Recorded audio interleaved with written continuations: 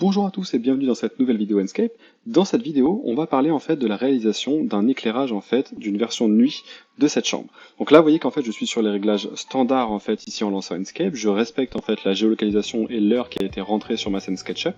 Donc là, je suis en plein jour en l'occurrence à 9h30 et j'ai les réglages standards vraiment dans Enscape. Ce qu'il va falloir faire maintenant, c'est vraiment essayer de passer des étapes pour voir un petit peu donc, pour définir l'ambiance. La première chose qu'il va falloir faire quand vous allez créer en fait un éclairage, d'ailleurs que ce soit un éclairage de jour ou un éclairage de nuit, c'est vraiment en fait de vous consacrer donc en premier lieu au réglage en fait des sources de lumière les plus importantes, d'accord, ce qu'on appelle les key lights, un petit peu sur les éclairages, un peu les méthodes d'éclairage, je sais pas si vous connaissez un petit peu le sujet, mais c'est comme ça qu'on les nomme. Donc la key light en gros c'est la lumière la plus importante. Donc là il va y en avoir entre guillemets deux sur ce projet-là. On va avoir le plafonnier qu'on peut voir ici, d'accord. Et on va avoir effectivement donc aussi toute la partie extérieure. Première chose que je vais faire ici, donc je vais déjà commencer par aller dans les paramètres visuels et je vais décocher exposition automatique. Ça va me permettre d'avoir en fait un contrôle manuel sur mon exposition, ce qui fait que je suis sûr en fait du résultat que je vais avoir. Alors, je vais basculer en ultra sur les réglages de rendu. Et on va s'intéresser donc à cette première lumière qui va être donc la lumière qui vient de l'extérieur. Donc là ici je suis effectivement en plein jour. Je vais tout simplement aller ici dans les réglages et je vais aller changer tout ça jusqu'à avoir donc un paramètre qui me plaît.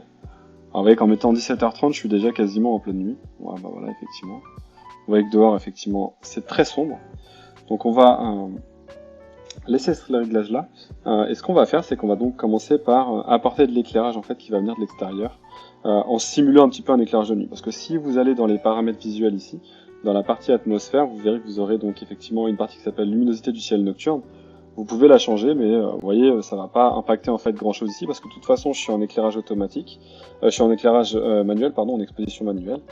Et comme il est 17h30, c'est pas vraiment en fait le ciel de nuit, c'est juste en fait le coucher de soleil qui est tellement assombri parce qu'il n'y a pas de lumière dans mon projet que donc effectivement mon exposition manuelle en fait me renvoie comme ça donc un éclairage très très noir, très très sombre. Donc on va commencer par aller se mettre en extérieur. Donc on va vraiment avoir ici un projet très simple, hein. Il n'y a pas grand chose dans ce projet là, vous voyez que c'est vraiment juste donc un petit projet. Et je vais effectivement donc ici aller commencer par en fait tout simplement prendre les objets Enscape, donc le petit bouton plus ici, et vous voyez que là j'ai différents types de sources lumineuses à disposition. Ce que je vais faire c'est que je vais utiliser donc une source rectangulaire moi, et on va faire donc une source qui va venir en fait aller éclairer vers l'intérieur. Alors pour ça, moi ce que je fais c'est que je prépare toujours en fait des petits points de repère dans l'espace. Donc je vais ici mettre un trait, d'ailleurs que je fais dans SketchUp, vous voyez, avec l'outil ligne. Et ce trait en fait va me servir de point de repère pour baser en fait ma lumière. Alors je vous renvoie vers le tuto sur les éclairages, hein, si jamais vous êtes intéressé par cette partie-là. On va agrandir tout ça. On va mettre 3 mètres par 3 mètres carrément. Ok. On va aller mettre ça un petit peu ici au milieu. Okay. On va rapprocher tout ça. Tac. Et on va mettre un petit peu de biais. Alors l'important là c'est vraiment d'avoir une ambiance. Donc je vais mettre ça un peu comme ça. Et là on va pareil, on va la pencher un peu ici.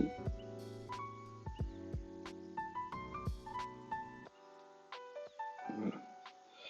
Donc le but c'est vraiment de donner une ambiance, hein, encore une fois. Donc je vais me mettre comme ça. Je vais rebasculer ici sur la scène intérieure. D'accord.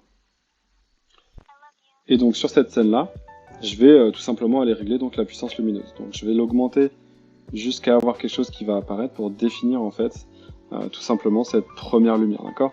Alors ça va être une lumière d'ambiance, donc forcément, même si vous la mettez très forte, vu que l'émetteur est très, très grand, je vais pas forcément avoir grand chose ici, il va falloir que je règle l'exposition si je veux avoir quelque chose. Je vais prendre mon pot de peinture, je vais aller lui définir une couleur, donc on va prendre plutôt une couleur un peu bleutée, plutôt bleu nuit, alors on va prendre celle-là peut-être par défaut, elle va peut-être être un petit peu sombre et peut-être un peu trop saturé à mon goût.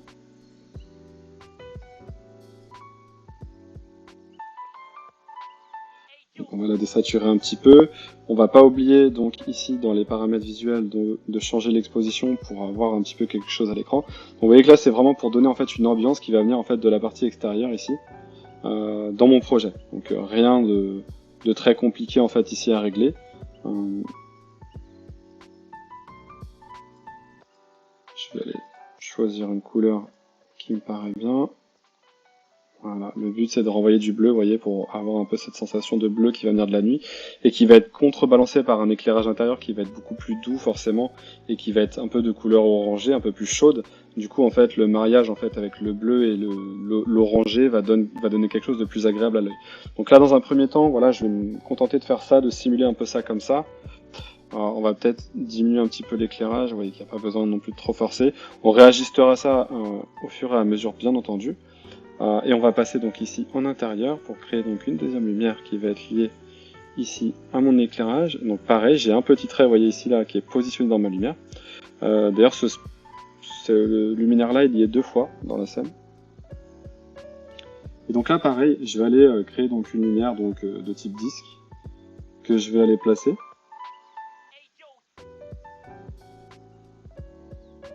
D'accord, je vais juste redescendre un tout petit peu pour pas être parfaitement sur mon élément. Voilà, donc je règle à peu près, vous voyez, de la taille en fait ici du luminaire. Et donc là, pareil, je vais aller tout simplement ici régler une couleur, donc plutôt chaude cette fois-ci. Et cette couleur va me permettre donc de renvoyer de la lumière dans mon projet. Donc le plus important là, c'est vraiment d'avoir, vous voyez, donc cette ambiance. Donc je vais activer ici le réglage du cadre du rendu. Il n'est pas trop mal déjà, ça rend pas trop mal. Donc vous voyez, je vais avoir un peu de bleu là qui va venir taper en fait, qui va venir de l'extérieur. Et le plafonnier, lui, va me permettre de renvoyer en fait cette lumière un peu plus douce sur mon projet. Alors je fais ça vraiment visuellement ici. Hein. Je pourrais encore une fois ici aller me mettre en exposition automatique, mais vous voyez que l'exposition automatique va peut-être un petit peu surexposer tout ça. Donc là, j'essaye d'avoir un contrôle vraiment total sur mes lumières, sur mes sources lumineuses. Et on va dire que c'est pas trop mal.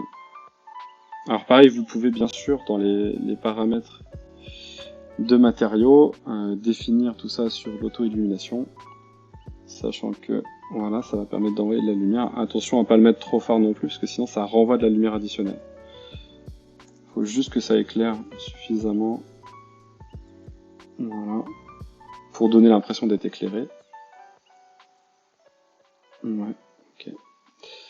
Et pareil, vous pouvez donner une teinte si vous voulez à tout ça. Bon, on va pas mettre trop forcé, on va mettre comme ça.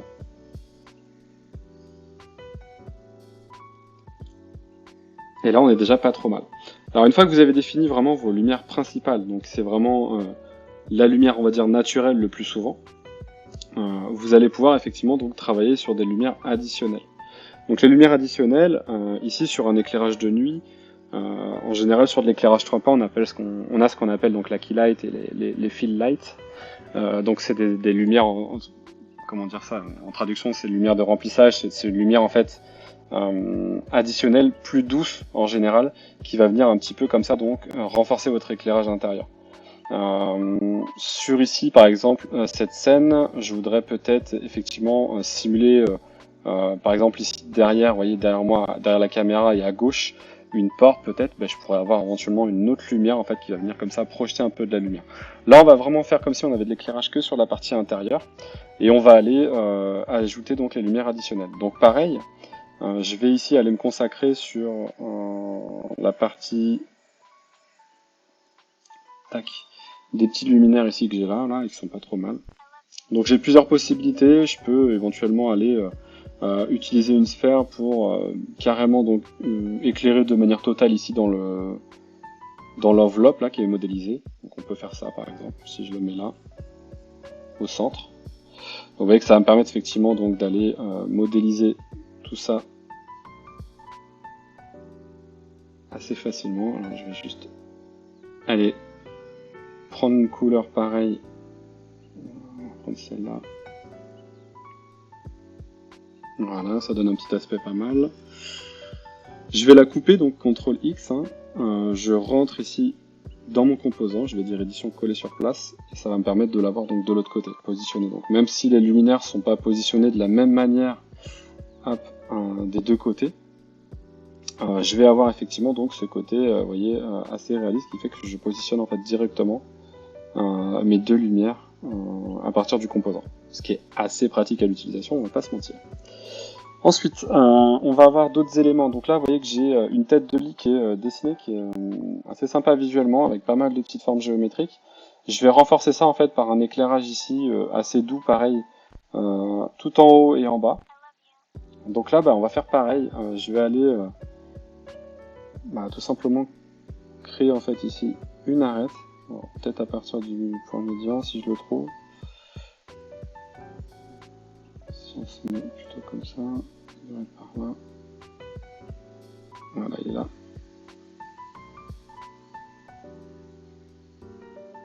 Sur l'axe vert, on va monter sur l'axe bleu. Voilà. Donc je vais en fait créer une lumière qui va partir vers le haut. Donc vous voyez que je fais un petit trait à la verticale, toujours pareil. Je vais prendre la lumière rectangulaire. Je vais dire premier clic pour définir le point de base. Deuxième clic, je crée. Troisième clic, je définis l'orientation. Et quatrième clic, je crée ma cible. Donc là j'ai une bonne base. Je vais tout simplement ici aller changer ça. Donc là le but c'est vraiment d'avoir un élément qui va venir habiller. Oups. Je suis sorti de ma scène.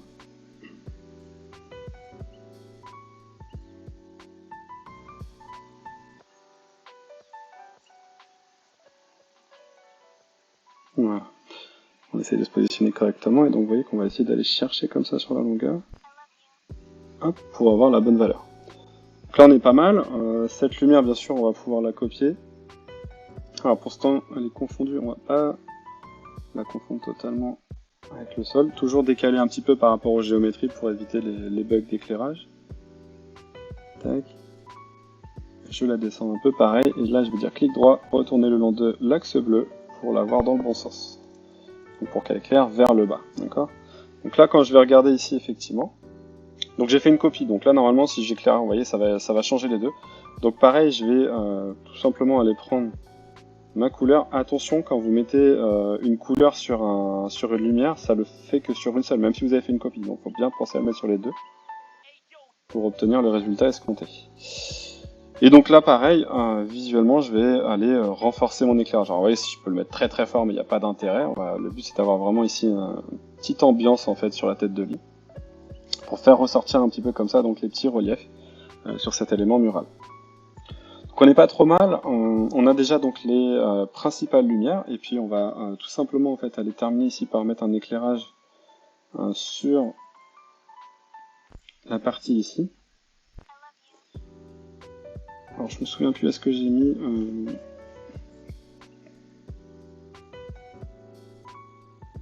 Est-ce que j'ai mis ça? Non, j'ai pas mis ça en éclairage, donc pareil, on va penser toujours à mettre auto-illumination.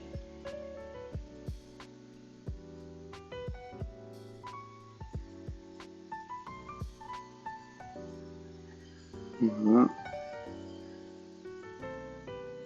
Et je remets ma lumière.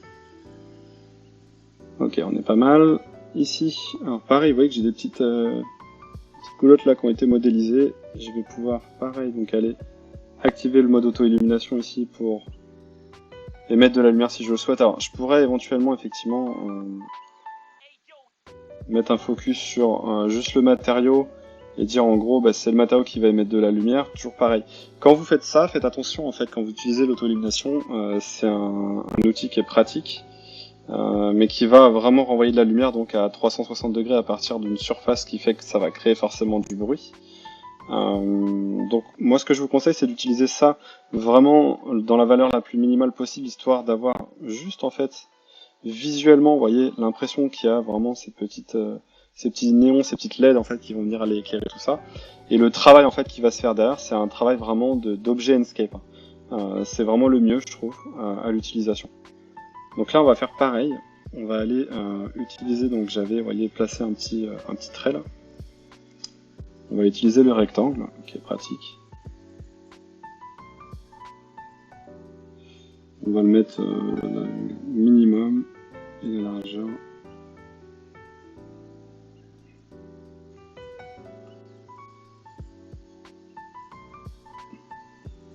Voilà, à peu près. Toujours pareil, vous le décalez, très important. Ensuite, on va le placer assez rapidement ici. Alors, d'ailleurs, on va même appliquer une couleur avant. Et puis là, on va dupliquer hein, tout simplement avec SketchUp.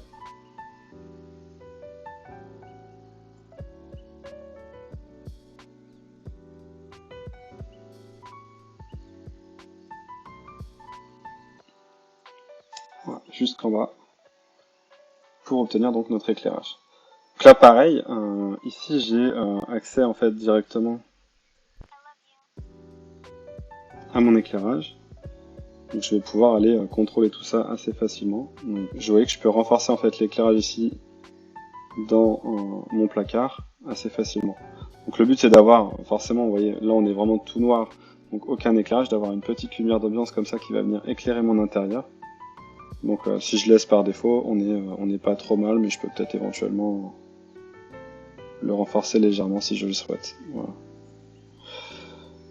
Tac. Et donc vous voyez que là effectivement on n'est pas trop mal en fait si on regarde effectivement en termes de résultats visuels, on est plutôt bien.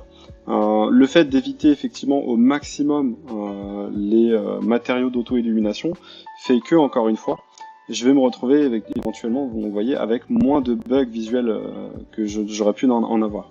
Moins de bugs visuels, en l'occurrence, c'est plus du bruit, hein, c'est pas vraiment des bugs, mais c'est du bruit qui fait que la technologie en fait va générer du bruit. Donc là, j'ai pas du tout cette problématique-là. J'ai vraiment été utiliser en fait des lumières artificielles, vous voyez, pour aller éclairer en fait tout ça, mon projet. Et la balance est plutôt pas mal. Donc vous voyez que la source lumineuse, le grand rectangle bleu qu'on avait créé à la base, qui est pas un rectangle d'ailleurs, qui est un carré parce qu'il fait 3 mètres par 3 mètres, va me permettre lui en fait d'aller tout simplement faire rentrer de la lumière un peu bleutée. Donc je la vois ici qu'elle va taper un petit peu, vous voyez, dans toutes les zones un petit peu indirectes. Là, j'ai un petit peu du bleu. Donc ça c'est assez pratique, ça va vraiment simuler un petit peu ce côté bleuté en fait de la nuit. Et je vais avoir donc tout ça qui va être contrebalancé en fait par l'éclairage intérieur qui va être beaucoup plus doux, beaucoup plus chaud, et qui va donc créer en fait cette ambiance chaleureuse. Une fois que j'ai terminé, je vais donc aller calculer tout simplement donc une image. Donc ce petit calcul va se faire en quelques secondes.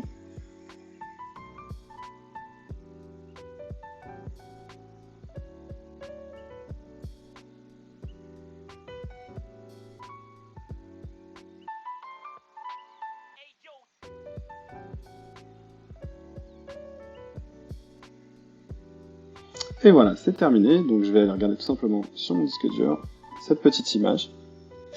Et vous pouvez donc constater qu'effectivement, donc on a pu donc réaliser un éclairage en fait d'intérieur un petit peu nuit, donc très simplement avec Inkscape, juste en positionnant en fait vraiment dans le bon ordre en fait les lumières assez facilement.